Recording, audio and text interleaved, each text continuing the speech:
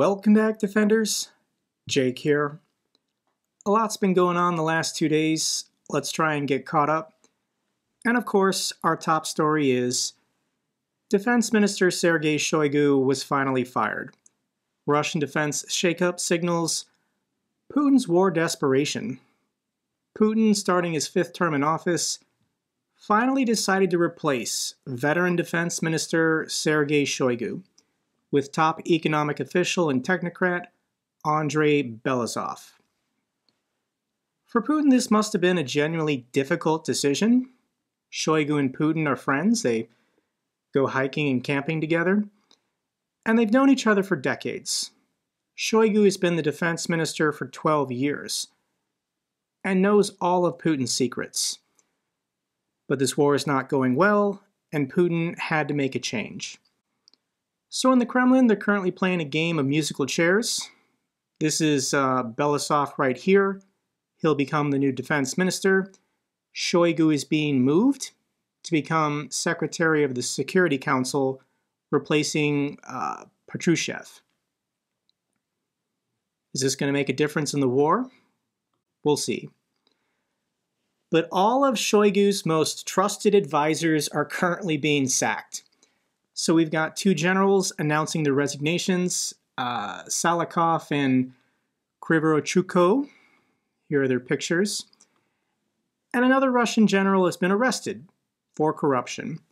2nd Russian Defense Ministry official arrested for bribery. Once again, these are all of Shoigu's most trusted generals directly underneath him. If you remember 2 weeks ago, another general, Timur Ivanov, was arrested for something.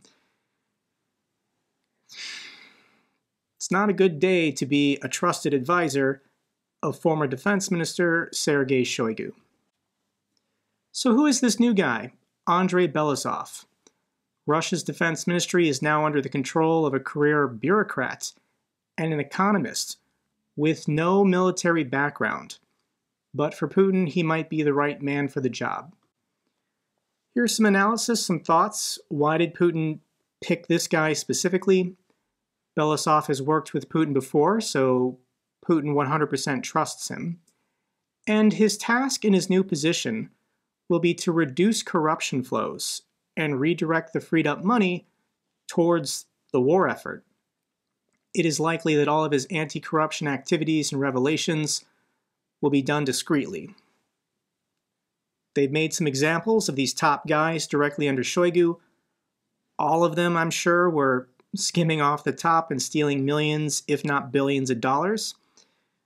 But Putin is putting his foot down and he's saying this has to stop. This new guy is being brought in to stop the bleeding, all the rampant corruption up and down the chain of command.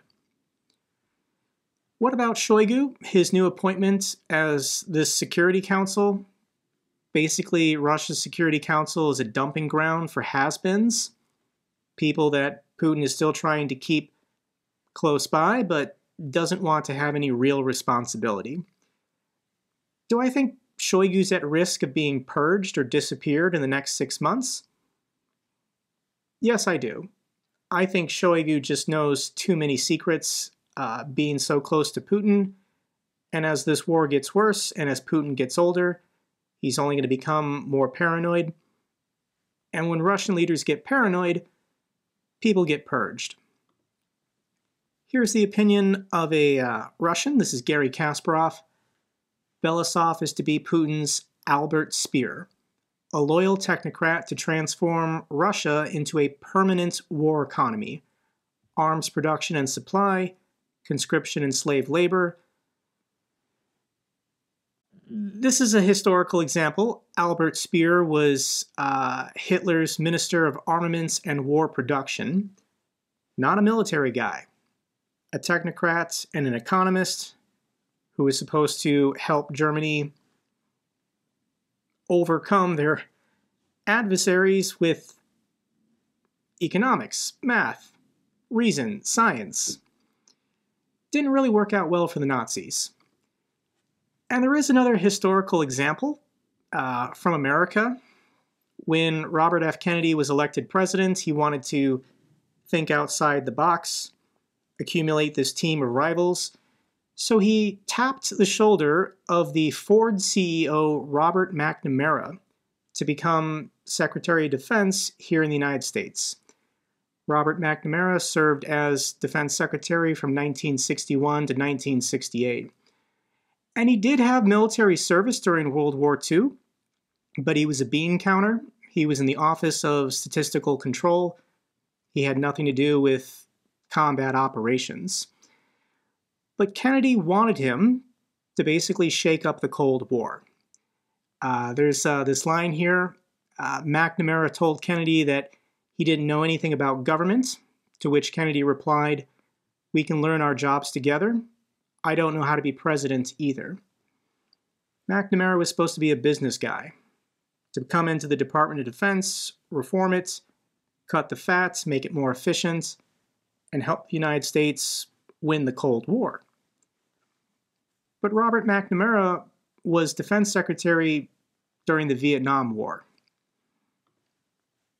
Appointing an economist, a technocrat, makes sense, but it didn't save the Nazis, and it didn't help the United States in the Vietnam War either. So I don't think this is going to improve Russia's odds much. Let's now talk about the fighting on the front lines. Everybody is focused on this new Russian offensive in the Kharkiv region. Intense fighting near Vovchansk. Russian troops do gain tactical ground. This is what you need to know about the Russian advance. Ukraine never built trenches or defensive lines on the border. That's not possible. The border has always been a gray zone. If Ukrainian troops tried to bring diggers and excavators out to the border to build trenches, they'd be killed. So the defense lines that Ukraine has prepared have always been 15 or so kilometers into Ukrainian territory.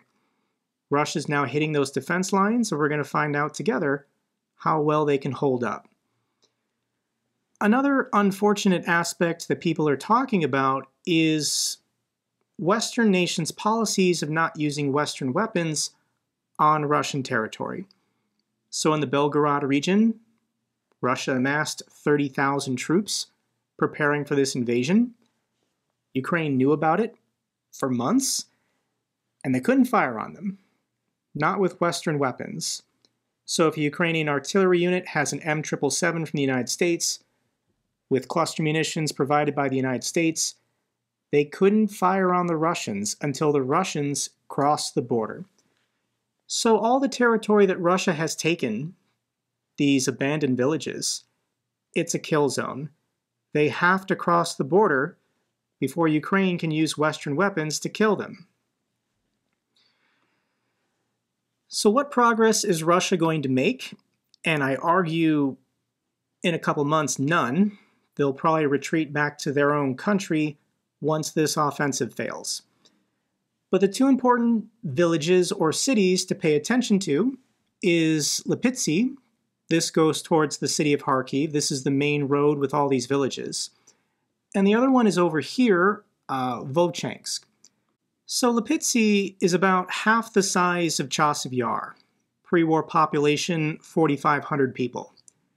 And the bigger city, Vovchansk, is about 18,000. This is about 1.5 times the size of the city of Chasiv Yar.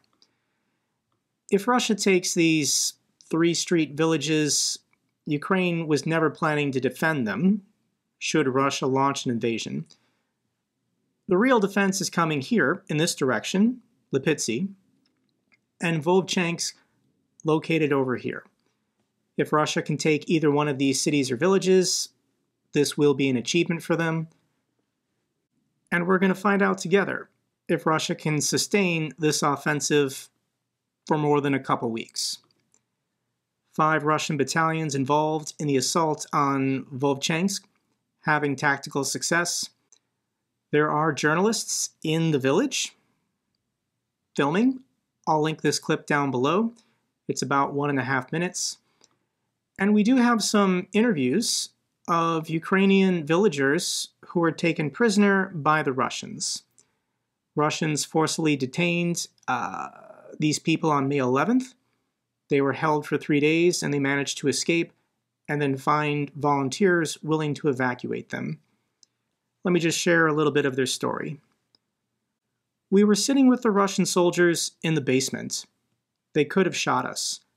When we came out, they recognized her and let us through. The woman is now speaking. They made me wrap bandages around the legs of the wounded. When were you there? Yes, we were there in the basement with them for 3 days. Did they take you prisoners? Yes. I'll link this interview down below, but there are reports and lots of drone videos of Russians just looting all of these villages. As soon as they get into any city or any village, they immediately just start stealing whatever they want. Russia doesn't have an army. They have Mongols. They have a band of marauders. What about the city of Kharkiv? Once again, still no panic. Everybody in the city. Pre-war population 1.5 million. They know the fighting is close, but they know their defenders will hold. For a report on the ground, once again, this is Maria Avdiva in the city of Kharkiv. Hello from strong and resilient Kharkiv. A little update for those of you who are asking how the situation is in the city itself. There is no panic, no mass evacuation. People are determined and ready to defend their beloved city, to fight back whatever comes next. The most difficult situation is to the cities of Vovchansk and Lipsy, to the north and northeast of Kharkiv. It's highly threatening for residents, so everyone is urged to evacuate as quickly as possible. Those people have already suffered from the horrors of Russian occupation and they want to leave as quickly as possible. Evacuation teams bring these people to Kharkiv. It's already thousands of them who have been successfully evacuated, and it's ongoing today as well. Meanwhile, please stand with Ukraine, support us. We need it as much as ever. Thank you. Slava Ukraini. The city of Kharkiv will never surrender, and the Russian military is never going to forcefully take this city. So what's the cost of this gamble by Russia? Opening a new front and having 30,000 soldiers flood across the border in Kharkiv. And yesterday, this is Ukraine's estimates, Russia took 1,700 casualties. I'm seeing the pictures and videos online. This number doesn't feel like an exaggeration to me. And the number today was 1,400. Russia's troops in the Kharkiv region are dropping like flies. And here's the drone video. First, I just want to show it to you. Check this out.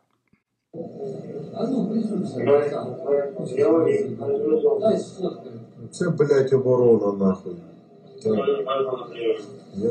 Це стрілячі, воєнні стрілячі. People see this video and there's two ways to react to it. One is, these are Russian troops in broad daylight walking through an open field with no armor protection. Why are they not being fired upon? This is a failure of Ukraine's defenses to immediately knock these guys out. But at the same time, these are Russian soldiers trying to advance in broad daylight through open fields with no armor protection. Russia just sends them out there to die. Lots of videos. I'm going to link 4 or 5 down below for you if you don't normally watch combat videos. Because of YouTube's policies, I can't show you violence, but this is a group of about 24 Russian soldiers going into this barn house. They were spotted by Ukrainian drones. A strike was called in, and given the size of the explosion of this barn house, nobody survived. Video shows Ukraine blow up 10 Russian vehicles in a single strike. This is kind of the combat video that went the most viral in the last 2 days, but this is an armored column of 5 tanks and 5 BMPs trying to advance in the Crimea direction, and they all get annihilated. Here's an 18+ video from Dmitry at War Translated showing trench fighting. There are corpses on the ground, but I'll link this down below if you want to, once again, experience the war firsthand. I'm also going to include this video. This Russian troop is carrying 2 gas cans. An FPV drone found him and took him out, but to protect himself, he tried throwing the gas cans at the drone. Didn't save him. Video linked down below. So with all this pointless death, how are they talking about it on Kremlin State TV? And this is an incredible clip. The person speaking is this man here.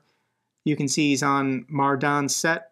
I don't know if he's filling in for him, but this is the philosophy they're now preaching on Kremlin State TV.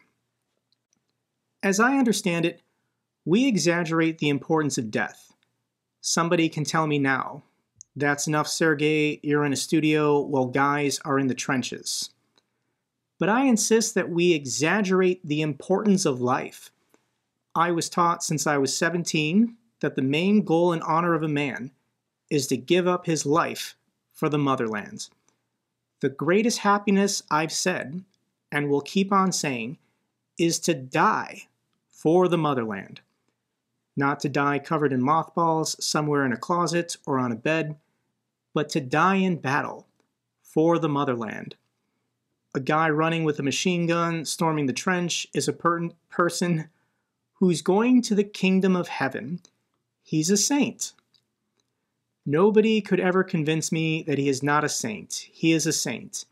They tell me it all depends on how he lived his life. I tell them, go F yourselves. It doesn't depend on the life. It depends on the death. So here's a man comfortably earning a good salary, reporting propaganda on Kremlin State TV. This man would never serve in the Russian military. He would never let his sons serve in the Russian military. And he gets all poetic on TV about a glorious death for the Russian Empire. I'm reminded of that Patton quote, the goal of war is not to die for your country, but to make the other guy die for his. It's bleak. Let's get to the bad news for Russia.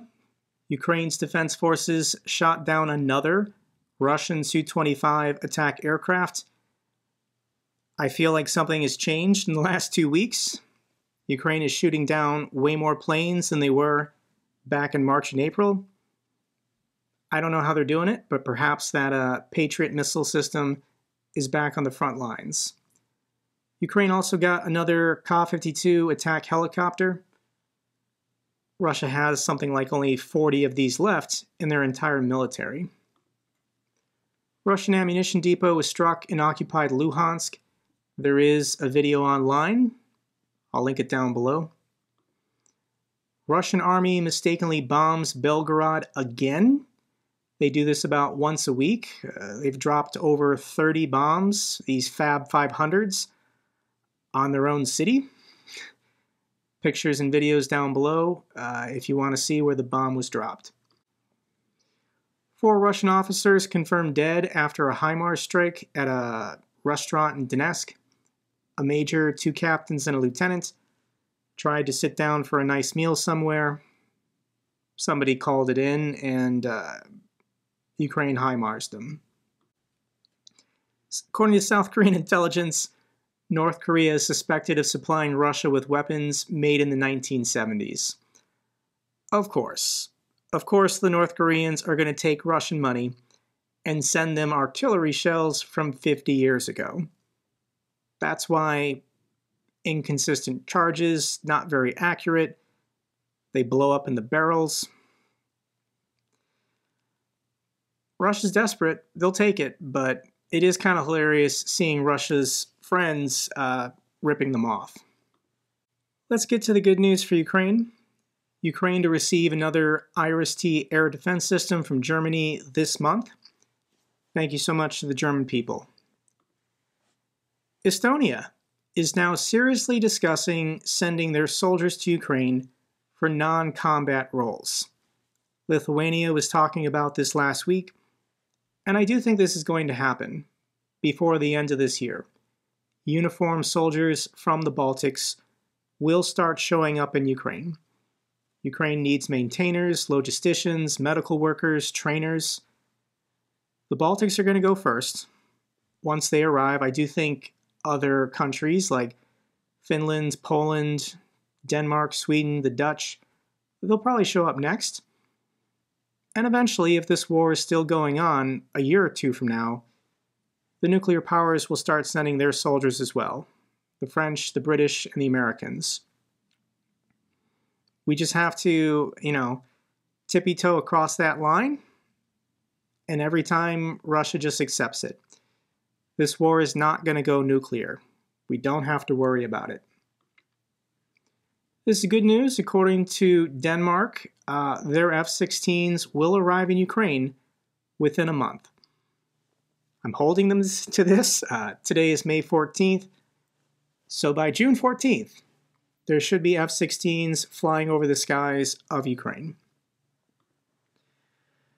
Okay, if you've seen my last couple of videos, you know what's coming.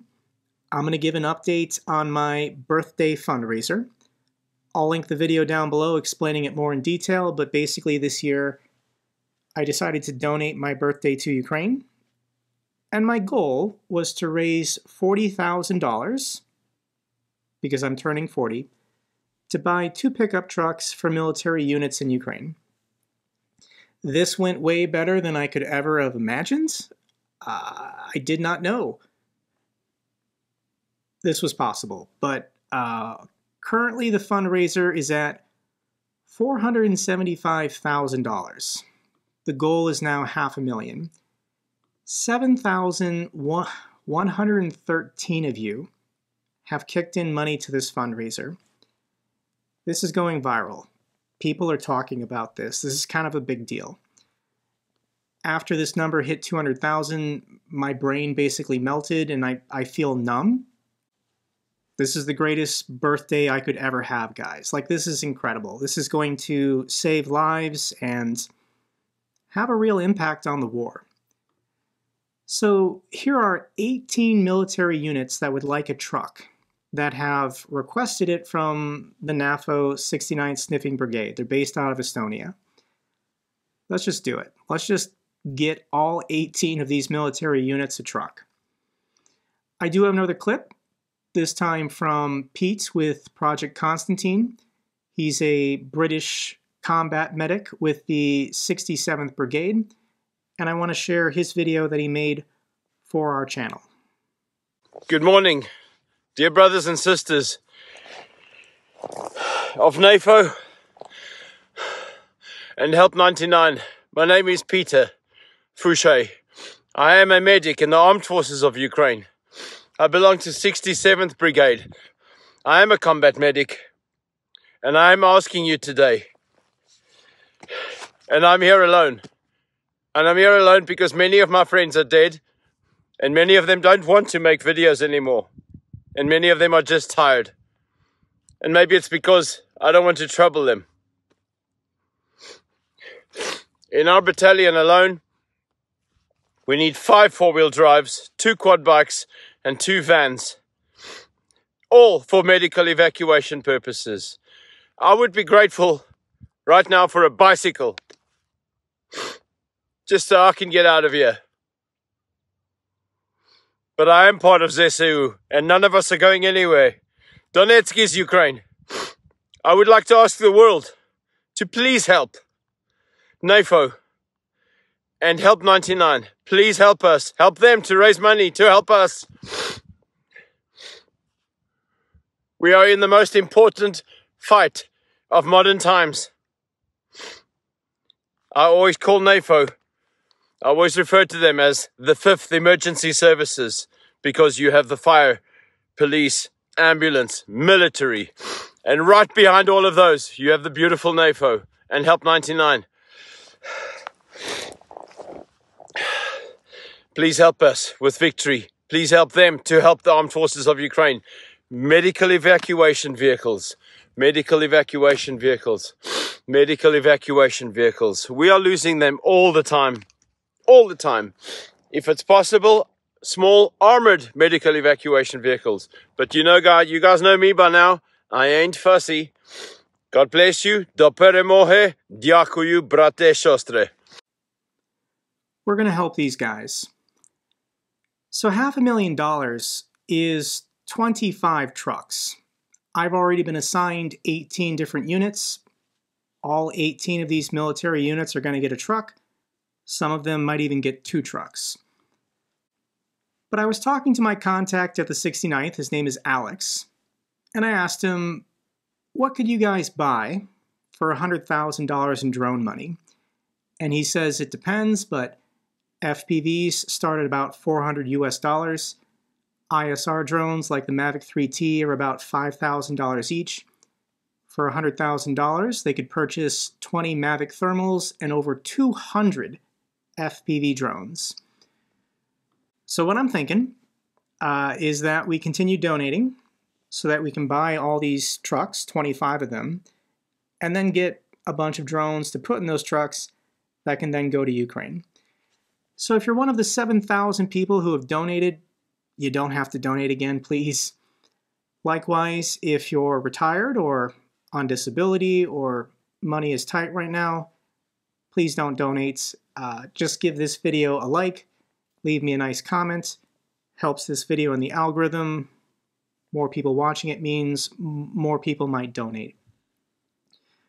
But if a couple thousand of you just kick in $5 or $10, we can supercharge this for another couple 100,000, get all the trucks, get all the drones, and once again, I'm speechless that this is possible or happening. All the other influencers, on YouTube or Twitter, nothing like this has been done before. This community is incredible. Your support for me is incredible. I can't thank you guys enough. And I know these units are also going to thank you, and people, amazing people like Pete, thank you as well. That's all for this update video. Glory to Ukraine, glory to the heroes. If you found this video informative, give me a thumbs up. Best way to support the channel. Comments and questions, let me know down below. I love hearing from you guys. Till the next video, keep defending the truth, keep defending democracy.